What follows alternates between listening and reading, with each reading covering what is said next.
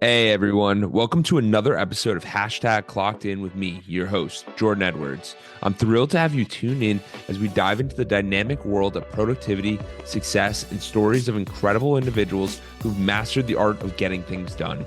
Whether you're commuting, hitting the gym, or just relaxing at home, this podcast is the go-to source for inspiration and actionable tips to level up your productivity game. I'm on a mission to unravel the secrets of those who seem to effortlessly manage their time and achieve their goals. So if you're ready to clock in and unlock your full potential, you're in the right place. We've got a lineup of amazing guests, industry experts, and thought leaders who will share their insights and strategies to help us crush your to-do list and make the most out of every moment. Get ready to get inspired, motivated, and equipped with the tools you need to supercharge your productivity. This is Clocked In with Jordan Edwards. Let's dive in.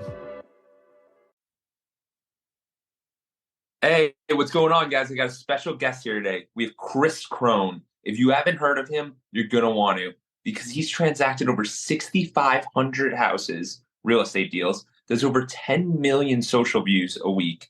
And he's a bodybuilder and does much, much more. He's excelling at a very high level. Kris, how are you doing today? Dude, what's up? Jordan, great to be here and so excited to connect. Yeah, I'm excited to have you on the Clocked In podcast. This room you're in is fascinating. It's incredible. Yeah, this is this is one of my smaller studios, and it's actually in my home. So when I'm not actually in my actual studio, it works. Yeah, absolutely. Absolutely. I just want to compliment that. And Kris, so for you, where did this journey for you start on financial literacy and then just kind of building in these different pillars and areas of life? You know, when I was younger, I was really trying to ask myself, okay, how do you live life with the least regrets? How do you get where you want to go? And I started realizing something. It's like, okay, I've met, I come from two parents that were relatively obese growing up. So I'm like, okay, if I can't get my health under control, then that's going to rob a lot of my life. That's not going to be good. I'm going to have to figure out the health game. But I also realized my parents fought a lot. So I'm like, okay, so I also want to figure out the love game, the relationship game. I'm going to want to figure out with whoever I marry, how we can literally have the most beautiful and blissful relationship. And then I was like, yeah, but my parents also fought about money. So I'm like, okay, so I got to figure out the money game, because money's the common denominator that touches all things. And then on top of that, I believe in God, and it's like I know that my soul needs to be nurtured. And so I basically, when I was younger, I just made up these 4 goals. I said, okay, my version of having it all in life means that I've got my health, I've got my wealth, I got love figured out, I got God figured out. And that's really kind of been the underpinnings of everything that I've ever done. Is if those 4 basics are handled and I'm growing in those and I feel satisfied and good about them, then everything else is going to be gravy on top. I love that. I love that. At Edwards Consulting, we have 5 pillars, and it's mental health, physical health, community service, philanthropy, spirituality, and relationships. So I align exactly with what you're talking about, because if you're not looking at these and reflecting on them, you're not growing. So to you, what's growing? Yeah. So first of all, I love to learn by proxy. I love peeking in other people's lives. And when I was young, in my early 20s, I had a chance to partner up in real estate investing with some of these, older folks that were in their 50s. They had been to college. They were really good Dave Ramseyites, great savers with their money, good 401kers, good ROIers, good house pair offerers. And it was fascinating for me to talk with them. And I'll never forget talking with this one gentleman. He was a high-powered executive at this company, making, I think, like $500,000 a year. And he said, Kris, I've done great in my career and I've made really great money, but I've let a lot of my health go. And more importantly, now that I have the level of success where I have time for my family, my daughters are married off. Like, I can't go back and get that time with them. And as a young man in my early 20s, I just remember writing these lessons down and learning and basically saying, okay, Kris, you've got to figure out how to get done early in life. And so I made this goal. I want to be financially free in my 20s. And by the time I was 26 years old, I was just graduating college. I had a small portfolio of 25 homes. Residually, they were paying me about $12,000 a month, right? So like a very small amount of money, but enough money that I didn't have to have a job. In fact, I quit a 6-figure job because my real estate took care of me. And then that year, my income tripled, and then it just kept doubling year over year. And so I really kind of subscribed to this idea that if something's important, do it, and do it now and get it done. And it was the same with my health. My health journey, I wasted a decade being that dude that went to the gym 6 days a week religiously, and still couldn't kind of fight the battle of the bulge successfully. And I'm like, what am I doing? Like I'm doing my cardio, I'm doing my exercise, but my body fluctuates 30 pounds up and down, and it doesn't really look like how I want. And at some point I was like, hey, dude, you have to go to the people that got it. So I remember hiring my very first coach that had my dream body. And within 6 months of working with him, I got the body and I figured it out. And it's been this game ever since. And so I love hacking. Like I love biohacking. I love financial hacking. Other people are out there that have already figured it out. Why reinvent the wheel? But worse, why be stuck? Most human beings are robots. We are, the world is filled right now. We are in the zombie apocalypse.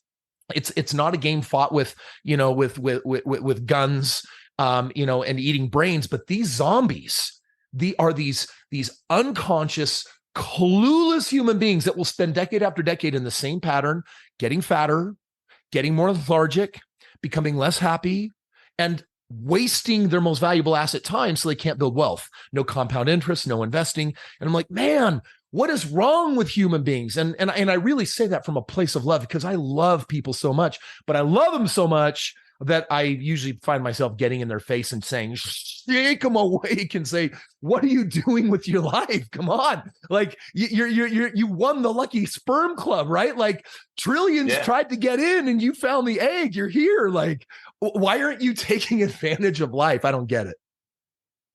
I just love it, because your energy, it's true. You're trying to wake people up and you're trying to make them aware of what is possible. Because society, we are kind of placed in this bubble of go to college, get a job, be happy. And it's like, we realize that a majority of people aren't that happy. They're also, I was realizing recently, 57% of people can't afford $1,000 payment if that comes out. Like, that's horrible. Yeah. That's horrible. And like, this needs to be discussed. Yeah, it's a lot of unconsciousness, and it's a lot of lack of self-education. And I think that I feel like just people are, for the most part, not everybody, but there's so many lemmings out there that are just saying, you're the leader, I'm the follower. Just, I'll do whatever you tell me. And I'm like, you got to wake up and become your own leader. Like, what do you want? Are you happy? Do you like your life? Are you in love with your life? Like most people summon very minimal amounts of energy just to get by from one day to the next.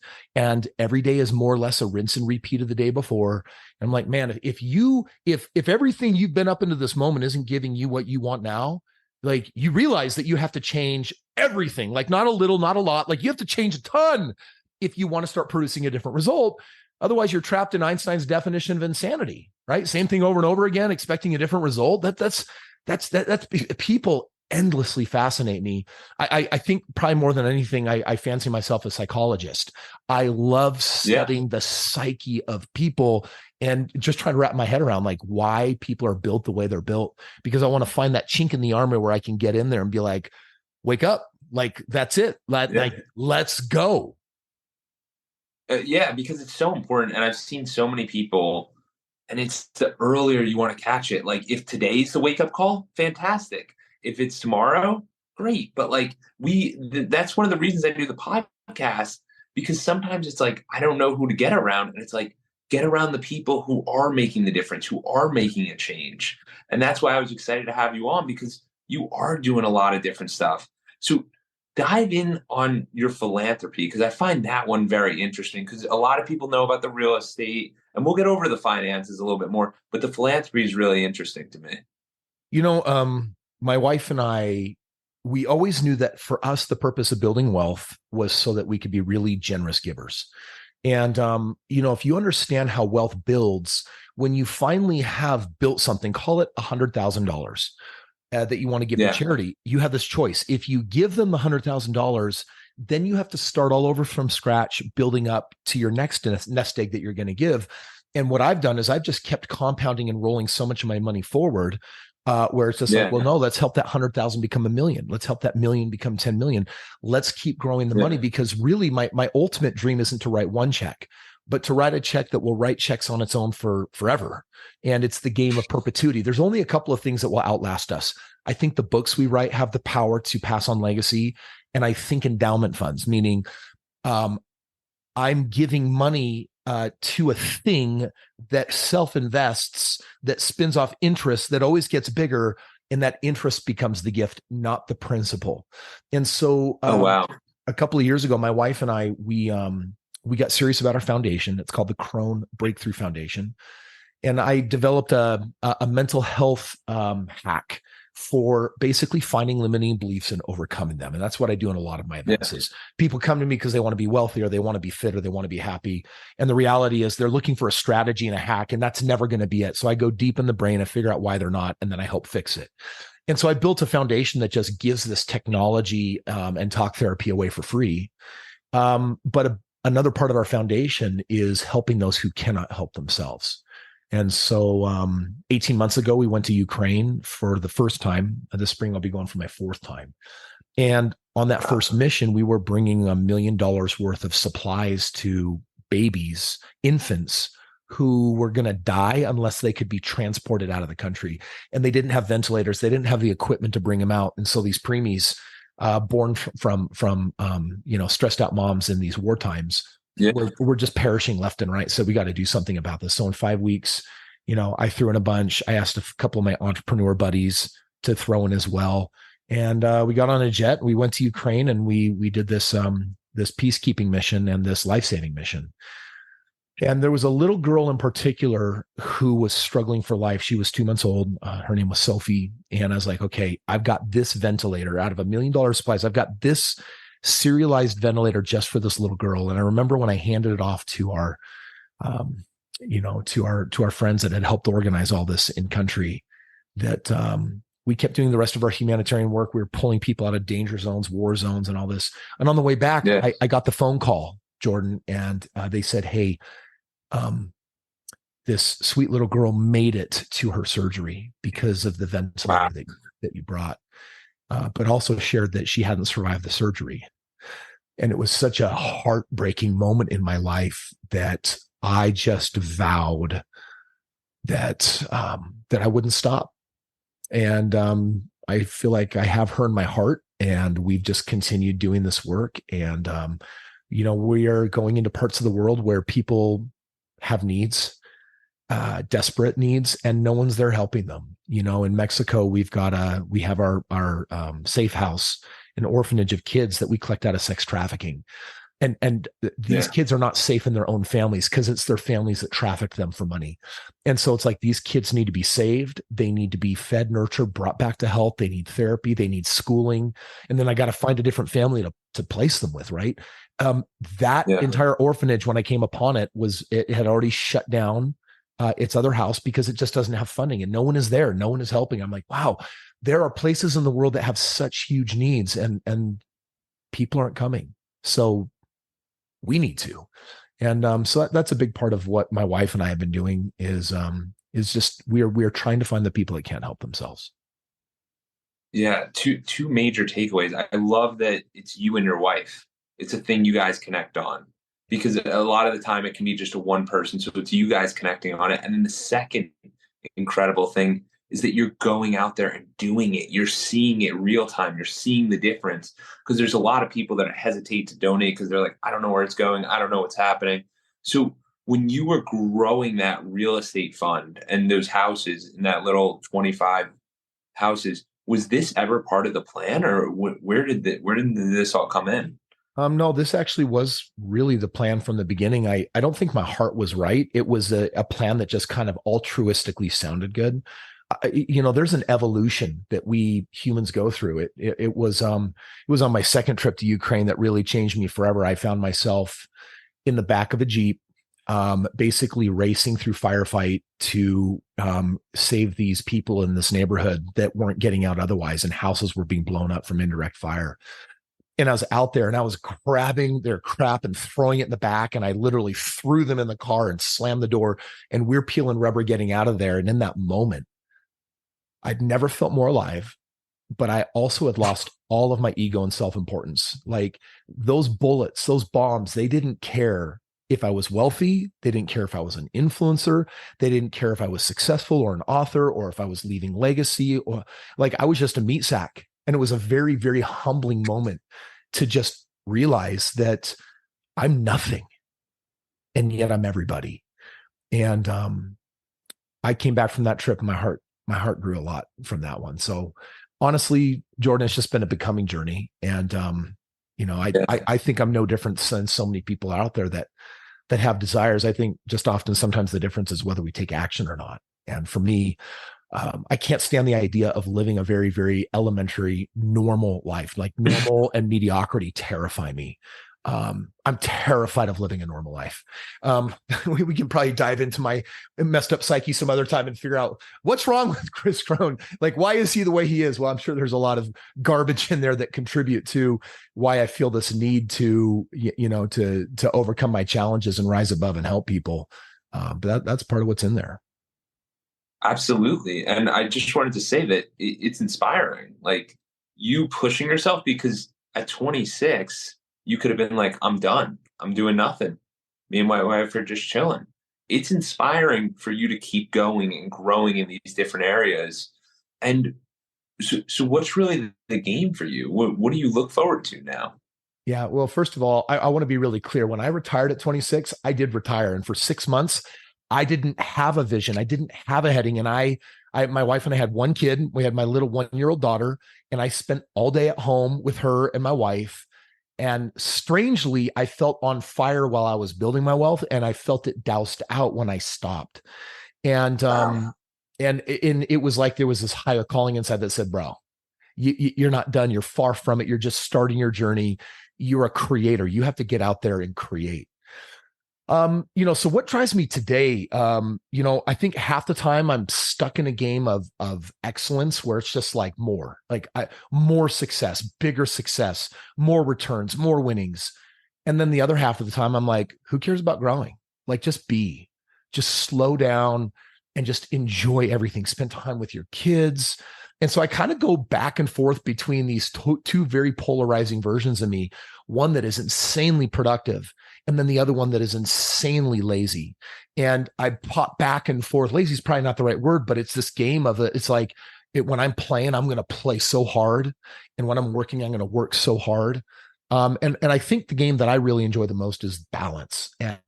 And society says you can't have that, right? We're all so busy, we can't have that. I'm like, that's a lie. Balance is so achievable. You can have the body, you can have the marriage, you can have the finances, you can have it all. It takes strategy and it takes discipline and it takes development, but it's 100% out there. Absolutely. Absolutely. And what the audience is probably interested in is, as most are, as we said, 50%, 57% of people can't even get $1,000 payment. So like, what are these financial breakthroughs? What are these strategies that what are these things? What are people missing? Yeah. So first of all, for some reason, human beings do not make a study of how wealth is created. What they do is these lemmings go to college and get pieces of paper that says they're smart so that they can be employed by somebody. And that's not bad, right? The purpose of a career is to pay bills and maybe get ahead a little bit, but you're never going to get rich. And you're delusional if all of your bandwidth goes towards that, thinking that it's going to produce a wealthy outcome, because it's just not. There's a second version of you that you have to develop, which is the investor. So you can have your career, but you have to learn how to make money perform. You have to learn about the game of money. And to be clear, a 401k is not an investment. That's a passive, lazy, guaranteed get nowhere choice. Same with putting money in an IRA. It's the exact same thing. And same as the S&P.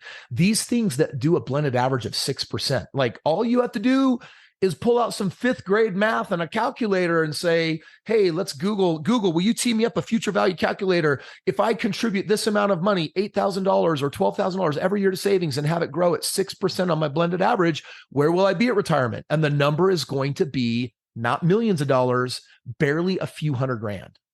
And people don't do that math. And so what they do is they will work 30 years with their blinders on, and then one day say, I'm within 10 years of retirement. Let's see how I'm doing. And I'm like, You needed to do that check-in about 25 years ago because you're so far off base and you've lost your asset of time, and that's your fault. Like that was on you because your boss is not there to make you wealthy and nobody else's job is either. That was your job.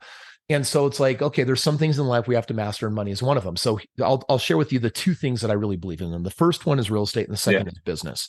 Real estate is all about growth, and business is all about cash flow. So real estate is something that I invest in because when I buy a home and get it to compound at 25%, a single home I buy this year in 20 years is worth $4.3 million. If I actually get my average returns of 34%, then a single home I buy this year in 20 years is worth $17.3 million. And you know what? Most people can probably retire on $17 million or $10 million. And so it's like, people are crazy that they're not doing what creates 90% of all millionaires in America. What is it? It's real estate. And they have reasons why. They're like, oh, I'm busy with my career, my family, and my kids. I don't have time to learn that. I'm like, you can't afford not to do a handful of things that will change everything. Because when I do real estate, it's passive. It doesn't take my time, and it just does its thing. And so, now imagine buying hundreds of homes every year with no money, no credit. You can imagine where my net worth stands in terms of that. Yeah. And the exciting thing, all I have to do is fast forward 10 or 20 years and be like, whoop, there's $1 billion. But to go faster and to create acceleration, you've got to start playing a business private equity game. Let me tell you what I don't mean by business. What I don't mean by business is becoming an entrepreneur that sells 60 to 80 hours a week of his life to his business. I don't mean that. That's called an operator. And that's worse slavery than being a W-2. Because you have to wear more hats and you have to work harder and sometimes for less pay because there's a learning curve to entrepreneurship that sucks. And so when I say business, what I actually mean is being an owner of business, and not just one, I mean many. Like for some reason, human beings they're only open to the idea of a stream of income. And like, you crazy, Leave It to Beaver could have one stream of income and been okay. In the 80s, we needed two streams. Today, 62% of households are joint income earners, just so they can live paycheck to paycheck. The average person is only making $31,000 a year. The average retirement at 65 is $204,000 set aside. And it's like you annuitize that and it's like $500 a month for the rest of your life. Like it's nothing. And so, you just do the math and you look at all that and it's like, oh, it's like if I own a business and it pays me 10 grand a month, and I own this franchise and it pays me 6,000 a month, and I buy this thing and it makes me 30,000 a month. If I have enough streams, then first of all, I can ride out weird economies. Thank you, Biden economics. But more importantly, collectively, I actually have all the money that I need to live the life that I want. Me and my family just got back from 2.5 weeks in Japan. Before that, I was with my friends, took my jet with all of my friends in it to Iceland. Before that, we were in the Galapagos Islands. Lots of world travel, all in the name of memory making, because wealth is literally for enriching other people's lives, and it's for enriching our own.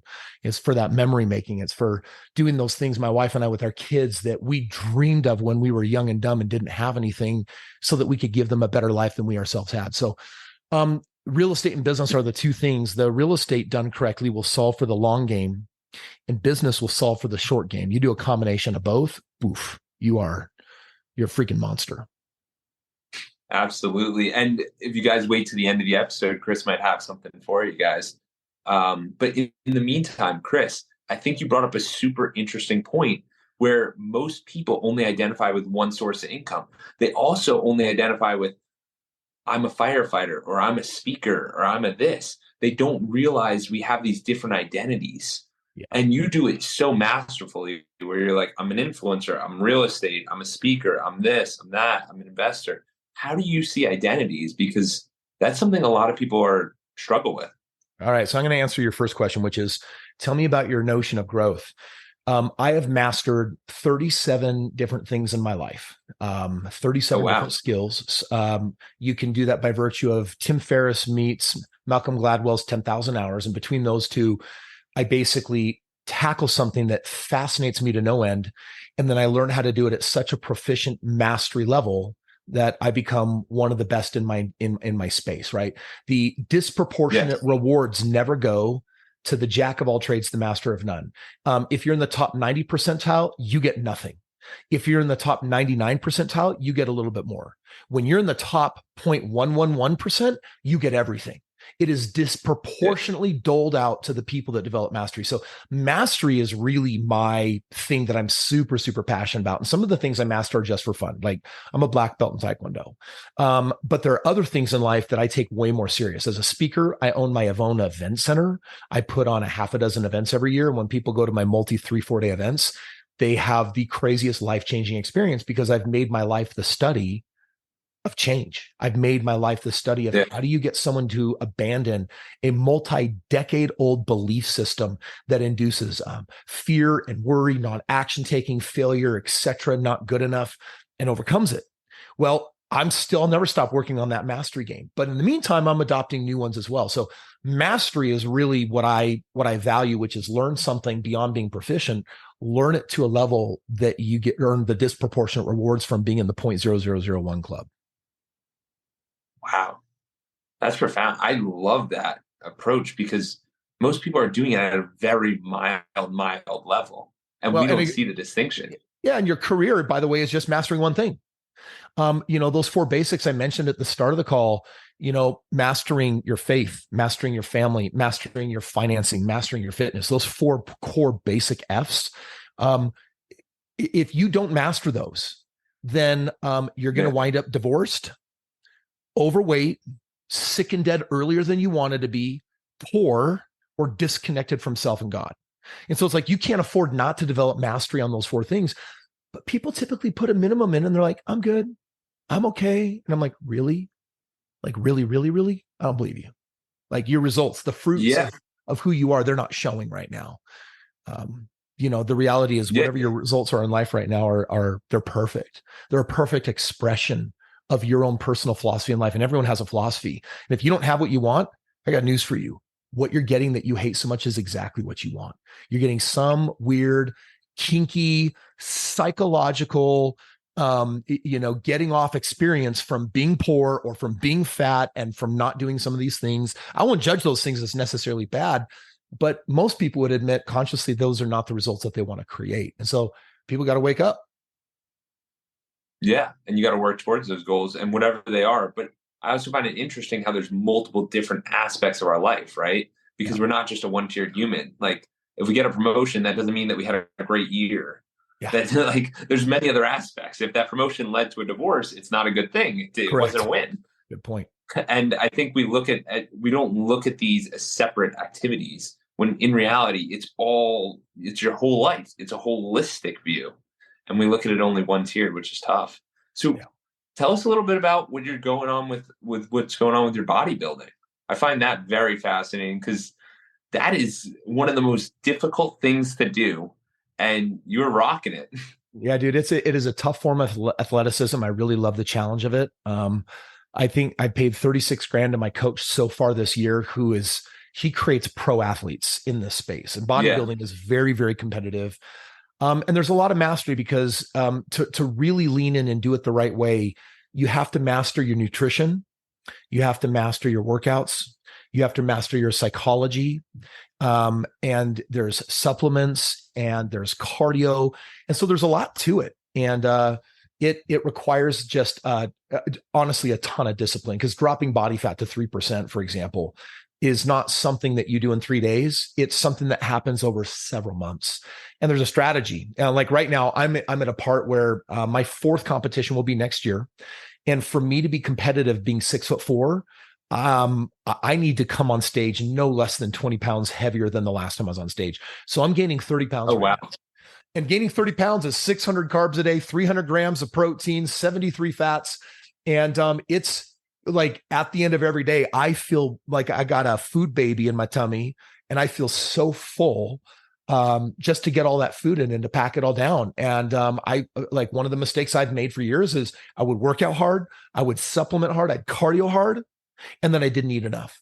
And I was eating probably half of what I needed to. And it's like, wonder why I'm only gaining 5 or 6 pounds between, this and the last show. It's like, hey, dummy, you didn't nutrition the right way. You didn't eat the right way to do that. So it's challenging. It's hard, but I actually love I love the pain of it. Like truly, like I think it's so fun to do really, really, really hard stuff. Because if you really want to stand out from the crowd, let's not talk about bodybuilding. Let's talk about life. If you want to stand out, you've just got to become the person that does what no one else is willing to do. right? You've got to niche down into something that no one else is willing to do. And by the way, there's a disproportionate amount of reward and success for everyone that stands out of the crowd. And to stand out, you've just got to be what no one else is willing to do. So me saying, I'm going to retire at 26. Dude, my buddies in college and my friends and my family, they all looked at me like I was crazy. I was at Gold's Gym with my brother spotting me on the bench press. I was probably 24 years old. And my nickname, Red Dog, is like, dude, Red Dog, that's crazy. You just bought your 5th house. Dude, that's so risky. I can't believe that you're doing that. And I'm just sitting there. I'm like, man, you're in college and you don't have prospects for your future or your career laid out. Like, that's so weird to me that you think that's risky. I actually think the opposite. In fact, most people, I'll tell you, Jordan, think I'm a risky human being because they look at what I'm doing. They're like, dude, that dude's a risk taker. And I'm like, no. I've done the math. Doing nothing like you is the risk. Doing nothing is what's going to guarantee no result. Like between, there's a certain amount of risk in life you have to take. So it's got to be calculated. And bodybuilding is one of mine. Like I want to live forever. In my head, I want to live forever. I tell everyone else I'm going to live to be 144 years old. That's not true. I'm an immortal. I'm going to live forever. But really, I want to get my body to a minimum of 144 years old. So I'm studying all the biohackers. I am taking all the sups. I've got a crazy anti-aging, regimen. And I do that because I love life and I want to live the most life I possibly can. And I'm just doing what no one else is willing to do, or I should say rather very few people are. And of course I'm going to get disproportionate rewards. Of course I'm going to be in my 60s and 70s running marathons. Like, of course, I'm not a billionaire yet. That's kind of right around the corner, but of course I'm going to be a multi-billionaire. And of course I'm going to give it all to my foundation and create the coolest endowment fund. And of course, my wife and I are on like country 50 and we want to see 100 countries in the world. So it's like, of course we're going to see, I live every day as if all the things that I want have already happened. I meditate on that for 30 to 40 minutes every day. I live as if everything I want has already happened. I'm so convinced in the deep psychology of my subconscious mind that every day I do the things that then make that fantasy a reality. Yeah. And if you ask people, what do you want in your life? They cannot definitively say it how you just said it because they haven't practiced. They haven't been there. And I wanted to say I did 75 hard with Andy Frisella. I did that back in 2020. And that's kind of what led me to the podcast. However, you finish 75 hard, you go, what do I do next? It's only 75 days. Life is long. Yeah. So I love how you're having the body building competitions over and over and over, like, because it's constantly another step in mastery. Well, I had this experience at last year's show. Actually, sorry, not last year, the one before. So this is maybe like 15 months ago. I had just finished my second show. It had been 10 years from my first to my second one. And I did it all alone. Wow. I didn't have my wife with me this time. I didn't have my friends with me. I didn't have anyone. I was doing it all on my own. I had my coach and everyone came to support me. And when I medaled on stage, I took second place. And when I came off stage and I went up to my hotel and everyone just wanted to sit there and watch me eat because I hadn't eaten. When you're done with the cut, I was having sushi, M&Ms. I was having cheesecake from the Cheesecake Factory. And, of course I can't eat very much and everything's going to make me sick. So I'm having these tiny little bites. I'm enjoying them. But right when I was about to take my first bite, I asked myself your question, Kris, what's next? And I said, that you're on a high. And if you don't make this decision while you're on a high, you're going to make it later when you're on a low. So do it now. And I asked my intuition, I said, what's my next move? And then I said, oh no, what I just got was commit every year for the next 5 years to do a show. And inside there was this rapid debate and the debate said, don't open your mouth. You're a man of your word. If you say it, you're going to do it. Just don't say it. Please don't say it, because I had just finished doing something really, really hard. And before I gave it a chance, I knew me better. And I just blurted it out to all of my friends. And they said, I'm going to do a show every year for the next 5 years. And then I cried. And then I said, who's with me? And that next year I had 8 of my friends on stage with me like 3 months ago. And it was so amazing to share that experience with them, and even more for next year. So I am honoring that original commitment. And really it's just about having the next lined up that I know will make me a better human being. Yeah. And I love the fact that you didn't have enough, like you weren't so self-centered to go, yes, I'm doing it for 5 years, but who's going to join me? Because when you really think about that, Yeah. Now your friends have a much deeper relationship with you, and they're like, yo, me and Kris are like, we thought we were family. Now we're like really family, like really, really close because of that difficult challenge that you guys went through together. Yeah, I my love that wife, approach. my wife jumped in. She's doing the next one with me next year. She said she'll do one every year for the next 5 years. The funny thing is, the first show come and went. And I should be saying I'm going to do one every year for the next 4 years. I'm not. I'm like, I'm going to do one every year for the next 5 years. Like, when something is good for you, then keep the discipline and keep it up. And I love never ending training. Like, it's very, very fun for me. I've got a very bizarre schedule, different than most people's. But it really also allows me to live, the life that I love so much. Yeah. So, what is the schedule that you're diving into? Because I've heard a little bit about it, but like, how do you manage it with the travel, with the activities? It's very difficult. Dude, it's always the same word. It's discipline. And it's also, there's a lot of things I'm about to say that when you hear them, you're like, oh, I don't want to do that. I'm like, well, that's because you don't know how to do them and enjoy and love them. Right. Yeah. So I get up at 4 a.m. And the first thing I do is I pop my headphones on and I take 20 minutes to get to my private gym and to get my clothes on and get ready. And during that time, I'm listening to a book, double speed. So I'm pulling in about 40 minutes worth of information. And I'm just allowing my mind is fresh and my body is groggy. So my mind is waking up. 20 minutes later, I'm at the gym, I'm on the treadmill, and then I shift to meditation with my wife, and we'll do 30 to 40 minutes of meditation on the treadmill. And these are really deeply powerful spiritual, emotional experiences connecting to the divine within. And that is to wake up my soul, and it's to wake up my heart. And it also connects me and my wife because we have profound experiences that we share that morning. Then Absolutely.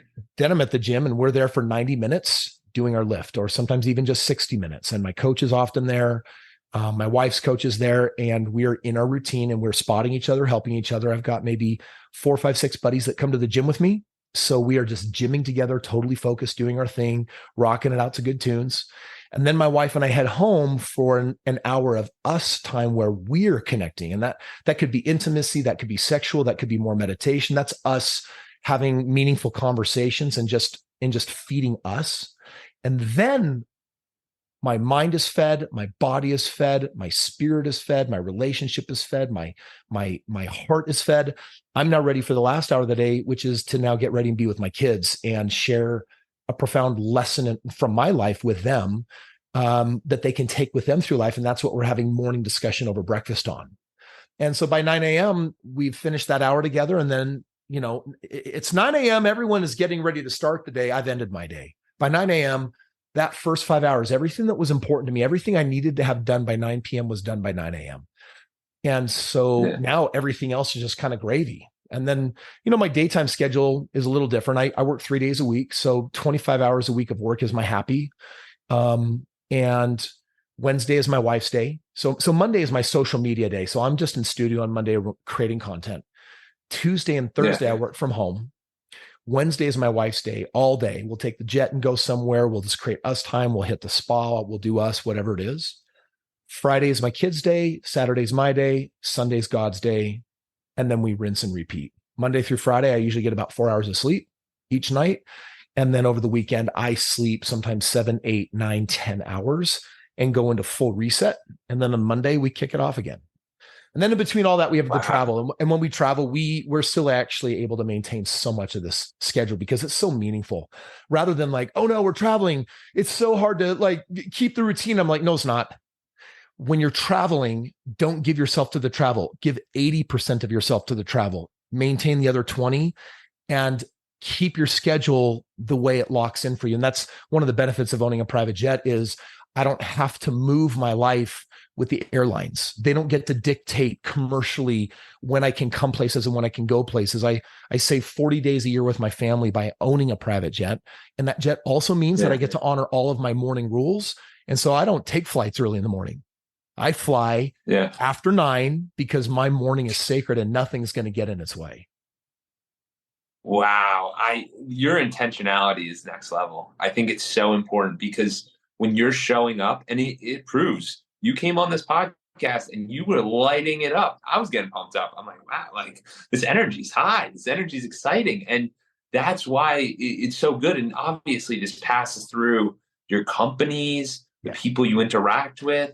But if you're thinking about it, Kris's morning was basically someone's whole week. Like, people sit there, hung out with his friends, hung out with his wife. People think, oh no, I only get the intentionality. It can't be understated. I think it's so important. And there's something that I'm actually doing there, Jordan. I'm actually cultivating energy. So when I nurture my soul and I nurture my heart, and when I nurture my mind, and when I nurture my relationships and I nurture my body, people can look at that on the outside and say, oh, that looks like balance. It looks like he's trying to check off all these boxes. There's really only one box. I am making sure by 9 a.m. I am a complete whole person. I'm the freaking Energizer Bunny. I've cultivated all the energy that I need. I've reinforced positivity, and I'm ready for whatever the day is going to bring. Yeah, I love that. And so something you brought up, though, the 4 hours during the week, during each day, how do you think about that? Because sometimes they're like, you got to sleep 8 hours, you got to do that. How do you think about that? Well, first of all, I think that we have a world full of people shitting on us. They're telling us, scientists and doctors are telling us what you should get. Everyone should listen to their own self minus their belief system. So when I eradicated all negative beliefs on where energy comes from, which, by the way, it hardly comes from sleep, it hardly comes from food, it comes from choice. My body has been acclimated to 4 hours of sleep, sometimes 5 during the weekdays. And I have high energy like this all day long. I don't do caffeine. I don't require stimulants. I'm high energy all the time. This works for my body. I get that there's other people out there that they need more sleep. My wife is one of those that historically would have told you she needs 8 to 10 hours of sleep every night to be able to function as a human being. Since she started bodybuilding, she's getting between 4 and 6 hours every night, religiously wakes up at 4 a.m. every morning, is so in love with the benefits of the routine that she can't put it down. And when you check in with her in the afternoon or evening, she's not tired. She's good to go. In other words, manifesting results is less about what scientists tell you you're supposed to and should, and it's more about what are you creating, right? I believe God put us on this planet to co-create. And in creation, it's up to us more than it is up to the doctors, the structures, the containers, where everyone else is trying to tell us how to be. And even as an influencer, I love giving advice. I love sharing with people what works for me. That doesn't mean it's what's going to work for you. And so what's more important is actually just to say, oh, Kris has given me options, and then I get to try them on and determine whether this honors my life's path. And if it does, great. Then maybe we get to play and do some things. There's a ton of people that watch me on social. They become my real estate partners. They'll put up capital from the 401ks and IRAs and home equity. I'll help them invest it in real estate. It's totally passive to them. They get to cash in on my $2 billion track record in the game, or they'll do private equity with me. We'll own a whole bunch of companies together. We'll go for high asymmetric risk where companies have not just a 10x or a 20x, but a 50x or a 100x growth trajectory. And we'll play that financial game. Some people will join my masterminds just because they want to sit and learn more of the teachings or the spirituality, or, what some might call personal development or the life hacks. And so, for me, I'm just playing life full out. And when people resonate with me, they come, they join me, and we play together. And that's beautiful. Yeah, no, I love it. Because as soon as you started to explain it, it was funny. About a month ago, a little less than a month ago, I actually got engaged. And that engagement morning, we went to bed at like 12, and I woke up at like 4 a.m. And I just started working. I was working, went on a 6-mile run because I just couldn't, my mind was running, and I'm like, I got to get going. So I just started doing stuff. And that day, there was no lapse in energy. It wasn't like, oh, I'm getting engaged right now. Now I'm tired. It's like, no, you got to show up. And I completely get with what you're saying. When you have an exciting day, when you have a day that you're looking forward to, when you have things you want to accomplish, it's really important. And then when you have that group around you too, that you're fostering, that you're talking about each morning, where it's like, I got my friends, I got my clients, I got the people I work with, I got my company. Yeah, it's incredible. And what do you think about when you think about culture, when you're building a community? Because obviously you are leading from the front. And I think that's something that's super important. So I believe that every company that's truly going to thrive needs not a weak culture, not a strong culture. They need an indomitable culture, one that is so well defined that you know when you are part of it and you know when you're not part of it. And so we have a very specific culture. Ours is based largely around growth and personal development. So we don't hire zombies. There's a lot of competent people out there that are zombies. I'm not into competent zombies. What I'm into are people that not just possess the competence, but they balance it with the culture of personal growth. They've got goals and I want to help them reach their goals too. It's not like come work here and support me. It's like, I'm here to support you. Let's make something of our lives together. Let's bond together and do something amazing. And so the culture is very, very important. It's very well defined. And it's one of my 8 tenets of what a company is required to have to grow. One of my companies called Fortify is a consult for equity company. We basically provide high-end business consulting. I come into companies and they basically say, hey, Kris, can you and your multi-million-dollar payroll of ultra high-level executives come help me grow my company? And that's one of my favorite things to do. I love breathing life into entrepreneurs saying, hey, you're only doing 2 of the 8 things. Let's work together over the next couple of years and let's implement the other 6. Because if you do, your company's finally going to get going where you want to go. And so one of those 8 things is culture. And it's one of the hardest things for people to figure out. But when you have the blueprint, it's actually pretty easy to put in place. Yeah, I think that's kind of the thing that you do different. A lot of people will go through and try to be an entrepreneur and try to do it on their own. You're out here putting that hand back down and pulling people up and helping them in their own way, which I think is incredible because there needs to be more of it. Like people have to first have the confidence and understanding and go, I need help, reach up. And if you're on that same level, it's work with him, partner with him. So Kris, for you, is there any last things you want to leave with the audience? Where can they find you? This has been an incredible time and I really appreciate it. No, Jordan, you're very, very welcome. So if anyone wants to connect more deeply, I've got a host of resources available, some free gifts at freewealthgift.com/clockedin. freewealthgift.com/clockedin. And that will also just share with you how to connect more deeply with me. My name is spelled a little bit funny, right? It's Kris with a K, K-R-I-S. It's Krohn, K-R-O-H-N. So just Google me. I'm on every platform and, you can definitely connect, watch more. And my only hope and prayer is that it helps you get way further down the road and get where it is that you're trying to go in life so that at the end of the day, no one's going to care how rich you are, maybe even how healthy you are. What's really going to matter to us on our deathbed, I believe, is whether or not our life was fulfilling. And that's what I want for people above all. Go live an amazing, fulfilling life. Thank you, Kris. I'm going to put all that in the show notes. This has been incredible. Thank you for reaching the end of the podcast. For that, we'll give you a complimentary coaching session in the link below with Edwards Consulting. Hope to see you there and have a great day and keep clocking in.